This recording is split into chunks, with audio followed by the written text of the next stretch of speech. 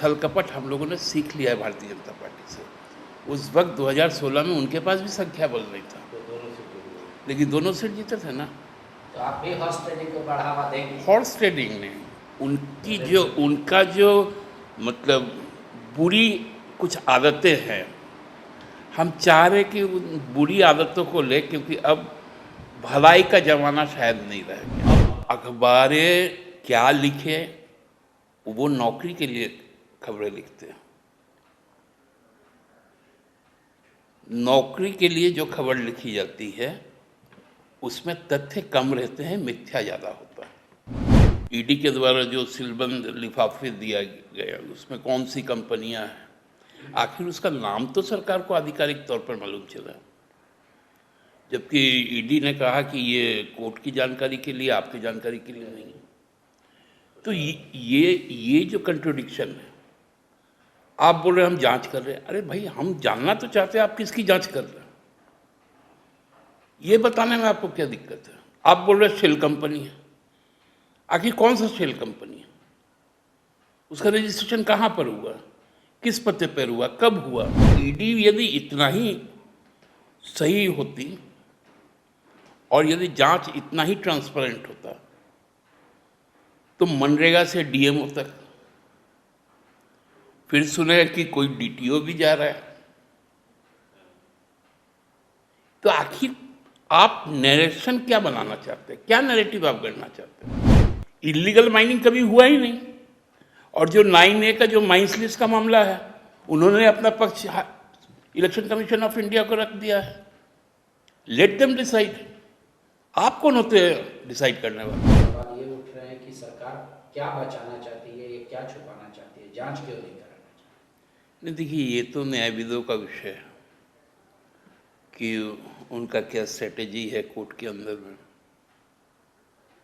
लेकिन जो परसेप्शन की जो लड़ाई शुरू हुआ था, भारतीय जनता पार्टी ने एक मनरेगा घोटाला को जिस प्रकार से डे वन से ही पेंट किया और पेंट करके उसको पूरे राज्य सरकार से जोड़ा, जबकि ये मामला इस राज्य सरकार का था ही नहीं, ये पूर्ववर्ती सरकार की समय की बात है।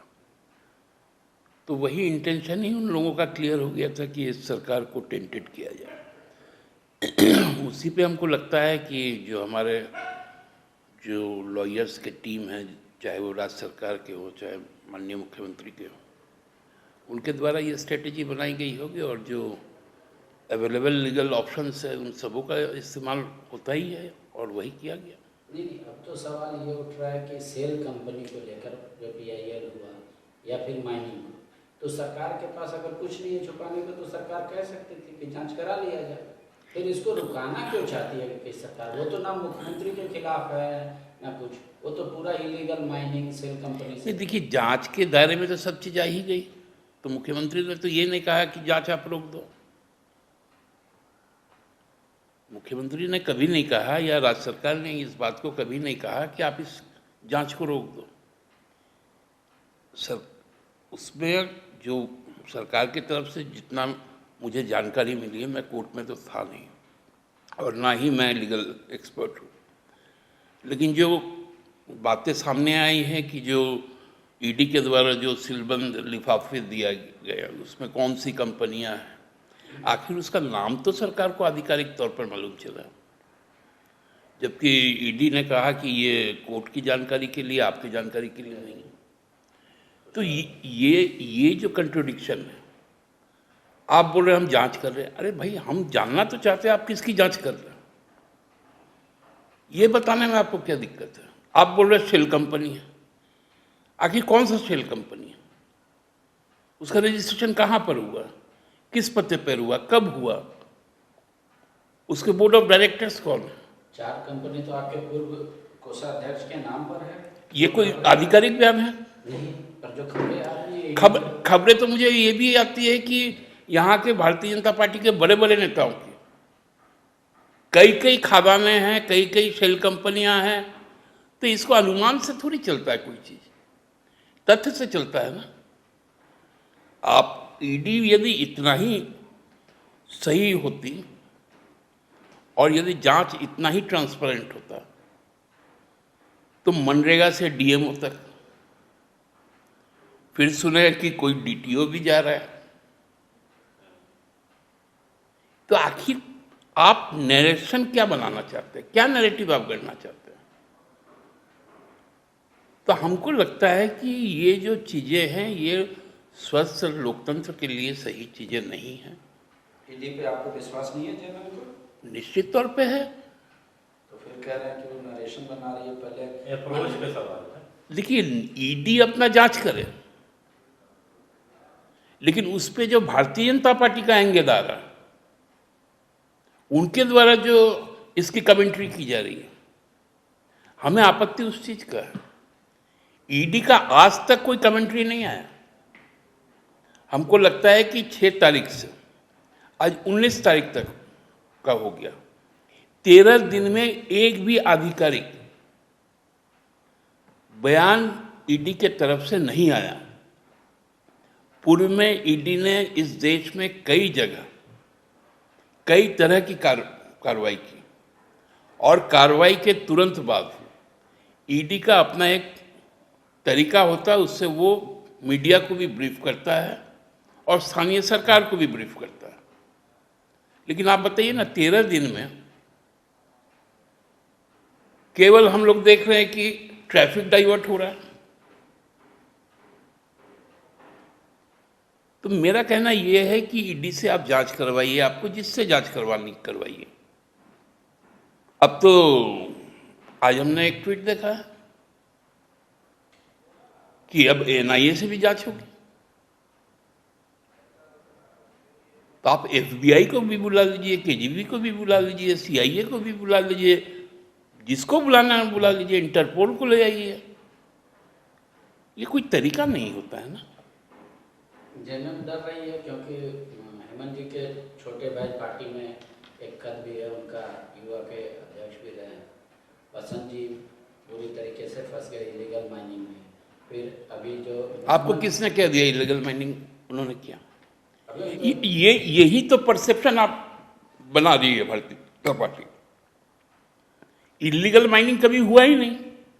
और जो 9A का जो माइंस लिस्ट का मामला है, उन्होंने अपना पक्ष इलेक्शन कमीशन ऑफ इंडिया को रख दिया है। Let them decide. आप कौन होते हैं डिसाइड करने वाले? हम कौन होते किसी को दोषी मानने वाले? उसके लिए तो संस्था बनी हुई है ना। पंकज मिश्रा जी का भी नाम आ रहा है। अब बताइए ये नाम कहाँ से आ गया? डीएमओ से जो पूछताछ हुई थी उसमें। इसमें डीएमओ का कोई स्वीकारोक्ति बयान हो तो मुझे दिखाइए। किसी भी डीएमओ का ये स्वीकारोक्ति बयान लिखित में या मौखिक रिकॉर्डेड है तो आप ले आइए ना। पर आप तो कई अखबार पढ़ते हैं, टीवी देखते हैं, ये खबरें चल रही हैं दादा, ये आम है। अब अखबारें क्या लिखे, वो नौकरी के लिए खबरें लिखते हैं। नौकरी के लिए जो खबर लिखी जाती है उसमें तथ्य कम रहते हैं, मिथ्या ज़्यादा होता है। आखिरी सवाल दादा, आज कल लास्ट डेट है मुख्यमंत्री का जवाब देने का, मुद्दे पर। क्या पार्टी संतुष्ट है कि वो निश्चिंत रह सकते हैं?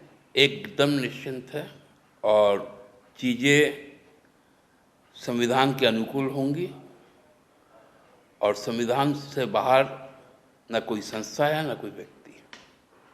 इसलिए कल यथोचित समय उनका जो जवाब है वो चुनाव आयोग तक पहुंच जाएगा।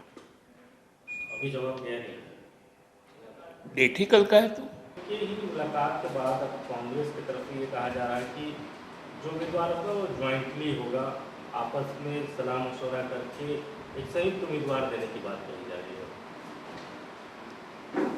देखिए, निश्चित तौर पे चूंकि हमारा यहाँ पर चुनाव पूर्व गठबंधन है, और चुनाव पूर्व गठबंधन में हम विधानसभा का भी चुनाव लड़े, लोकसभा का भी लड़े, जो उपचुनाव हुए उस उपचुनाव को भी लड़े, तो राज्यसभा के पिछले बार भी हम लोगों ने एक साथ लड़ा, इस बार भी हम एक साथ लड़ेंगे।